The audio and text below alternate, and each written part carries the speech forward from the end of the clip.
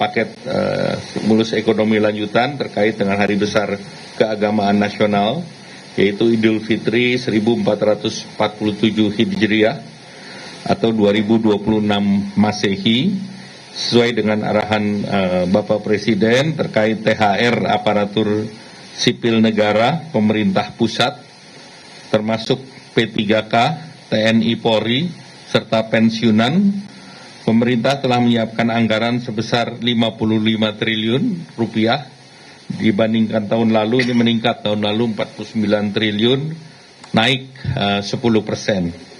THR ASN tahun 2026 yang akan disalurkan kepada 2,4 juta ASN pusat TNI Polri dengan total 22,2 triliun, kemudian 4,3 juta ASN daerah total 20,2 triliun, kemudian 3,8 juta pensiunan totalnya 12,7 triliun.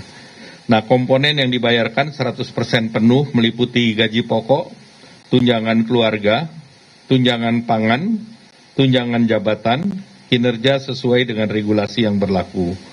Pemberian THR merupakan hal yang berbeda dengan pemberian gaji yang ke-13. Jadi saya garis bawahi bahwa THR ini tidak sama dengan gaji ke-13.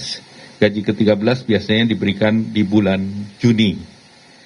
Nah, pencairan THR dimulai secara bertahap sejak 26 Februari yang lalu, minggu pertama, dan THR tersebut diberikan kepada PNS, CPNS, P3K, pejabat negara, prajurit TNI, anggota Polri, pensiunan PNS, pensiunan prajurit TNI Polri, hingga pensiunan pejabat negara.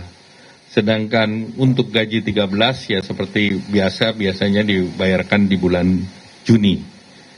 Untuk sektor swasta, kewajibannya wajib dibayar penuh, tidak boleh dicicil, dan paling lambat dibayarkan H-7 Lebaran. Jadi THR diberikan kepada pekerja dengan masa kerja minimal 1 tahun, dan kemudian juga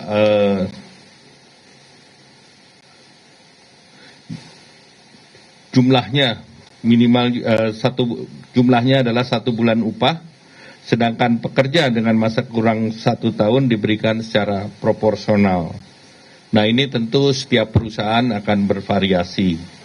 Nah, berdasarkan data dari BPJS Ketenagakerjaan, penerima upah yang tercatat adalah 26,5 juta pekerja, dan diperkirakan jumlah THR yang dibayarkan senilai 124 triliun rupiah untuk THR sektor swasta, dan ini diharapkan bisa mendorong konsumsi nasional secara signifikan.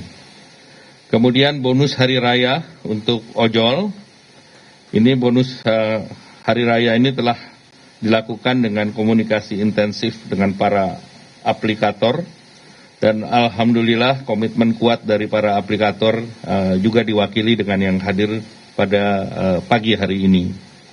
Jumlah yang diberikan ini BHR tahun 2025 bisa mencakup kepada sekitar 850.000 mitra penerima atau pengemudi dengan nilai total 220 miliar, dan ini 2 kali dari tahun lalu. Tahun lalu itu sekitar 110 miliar dari masing-masing aplikator seperti Goto dan Grab. Tahun lalu menyediakan 50 miliar masing-masing. Tahun ini 100 sampai 110 miliar, meningkat 2 kali, dan penerimanya juga menerima masing-masing 400.000. Maxim juga memberikan kepada 51.000 mitra sebagai penerima BHR. Tahun lalu 1.000 mitra, jadi Maxim meningkatnya juga besar, 51.000. Kemudian InDrive juga memberikan sekitar 500-an. Nah, kami mendorong penyaluran dilakukan lebih awal, H-14 atau paling lambat H-7 sebelum Idul Fitri. Terkait dengan perlindungan jaminan sosial bagi pengemudi, hingga saat ini mitra pengemudi mengikuti jaminan kecelakaan kerja JKK dan jaminan kematian atau JKM BPJS Ketenagakerjaan. Nah, selanjutnya kita telah juga memberikan bantuan untuk diskon transportasi khusus menjelang Lebaran, nilai rupiahnya 911,16 miliar, baik dari APBN maupun non-APBN, dan bantuan yang diberikan pemerintah pada saat menjelang Lebaran nanti dalam bantuan pangan itu nilainya 14,9 triliun, berupa 10 kg beras dan 2 liter minyak goreng untuk 35,04 keluarga. Dan pemerintah juga sudah mengumumkan work from anywhere tanggal 16, 17, 25, 26, dan 27 Maret. Selanjutnya kami persilahkan Pak Prof. Yasirli. Baik, terima kasih Pak Menko. Yang